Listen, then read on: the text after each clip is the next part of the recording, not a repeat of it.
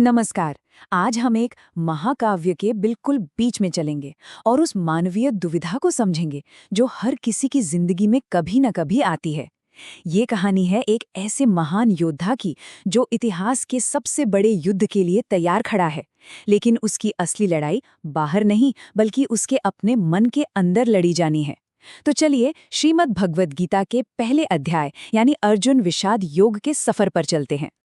तो हमारी कहानी की शुरुआत होती है इस एक तस्वीर से। जरा कल्पना कीजिए, कुरुक्षेत्र का वो विशाल मैदान जहां लाखों सैनिक आमने सामने हैं और हवा में एक अजीब सी खामोशी है। और इसी मैदान के बीचों बीच एक भव्य रथ पर हैं दो लोग। एक है महान धनुर्धर अर्जुन और दूसरे हैं उनके सारथी स्वयं भगवान श्री कृष्ण। यहीं से, इसी पल से दुनिया के सबसे गहरे आध्यात्मिक संवाद की शुरुआत होने वाली है। लेकिन रुकिए, कहानी में एक छोटा सा ट्विस्ट है। ये जो पूरी गीता है ना, ये असल में एक फ्लैशबैक की तरह सुनाई जा रही है। मतलब हम सीधे युद्ध के मैदान में नहीं है, हम उस बातचीत को सुन रहे हैं जो हस्तिनापुर के महल में हो रही है, जहां एक बेचैन और नेत्रहीन राजा अपने सलाहकार से पूछ रहा है कि मैदान में आखिर चल क्या रहा है। तो पूरी गीता की शुरुआत होती है सिर्फ एक सवाल से। बेचैन राजा धृतराष्ट्र, जो देख तो सकते नहीं, अपने सलाहकार संजय से पूछते हैं, हे संजय, धर्म भूमि कुरुक्षेत्र में जब मेरे और पांडु के पुत्र युद्ध की इच्छा से इकट्ठे हुए तो उन्होंने क्या किया? अब देखिए, संजय कोई आम सलाहकार नहीं है। उन्हें महर्षि वेदव्यास से एक दिव्य दृष्टि का वरदान मिला हुआ है। वो महल में बैठे बैठे ही युद्ध के मैदान का एक एक पल ऐसे देख सकते हैं मानो कोई लाइव टेलीकास्ट चल रहा हो।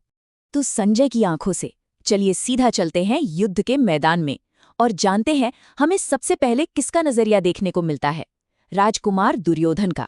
अपनी इतनी बड़ी सेना देखकर भी दुर्योधन जैसे ही पांडवों की सेना की जमावट देखता है वो थोड़ा घबरा जाता है और घबराकर सीधा पहुंचता है अपने गुरु द्रोणाचार्य के पास। यहाँ दुर्योधन का घमंड और डर दोनों एक साथ दिखाई देते हैं।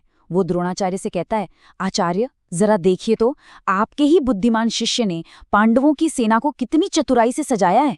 वो एक एक करके पांडव सेना के बड़े बड़े योद्धाओं के नाम गिनाता है जो उसकी अपनी सेना के भीष्म और कर्ण जैसे महारथियों से कम नहीं थे। मतलब एक तरह से वो अपनी ताकत तो बता रहा है, लेकिन उसकी आवाज में दुश्मन का खौफ साफ सुनाई दे रहा है। और फिर वो पल आता है जब युद्ध की औपचारिक शुरुआत होती है। रणभूमि की खामोशी टूटती है शंखों की गगनभेदी आवाज से, और ये आवाज ही आने वाले महाविनाश का एक संकेत है। सबसे पहले कौरवों की तरफ से भीष्म पितामह दुर्योधन का हौसला बढ़ाने के लिए एक शेर की तरह दहाड़ते हुए अपना शंख बजाते हैं, और उनके शंख बजाते ही कौरवों की तरफ से ढोल, नगाड़े, तुरैयां सब एक साथ बज उठती हैं और एक भयानक शोर पूरे मैदान में गूंज जाता है। लेकिन इसके जवाब में जो हुआ उसने कौरवों के दिल दहला दिए। दूसरी तरफ से जो शंख बजे वो कोई मामूली शंख नहीं थे।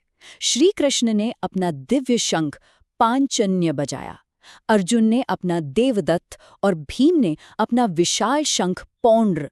एक के बाद एक इन दिव्य शंखों की आवाज इतनी शक्तिशाली थी कि उसने आकाश और पृथ्वी दोनों को कंपा दिया। ये सिर्फ शोर नहीं था, ये धर्म की जीत का ऐलान था, और इस आवाज ने धृतराष्ट्र के पुत्रों के कलेजे चीर कर रख दिए। तो अब कहानी का कैमरा घूमता है हमारे नायक अर्जुन की तरफ। इस पल तक अर्जुन पूरे आत्मविश्वास से भरे एक योद्धा हैं जो युद्ध के लिए पूरी तरह से तैयार हैं। लेकिन सवाल ये है कि क्या ये आत्मविश्वास बना रहेगा? अर्जुन अपने सारथी कृष्ण को एक तरह से आदेश देते हैं। वो कहते हैं कि मैं उन सब को अपनी आंखों से देखना चाहता हूं जो इस अधर्म की लड़ाई में दुष्ट दुर्योधन का साथ देने के लिए यहाँ आए हैं। वो अपने दुश्मनों से आमना सामना करने के लिए बिल्कुल तैयार हैं। ये शायद गिरने से ठीक पहले वाले अहंकार का पल था।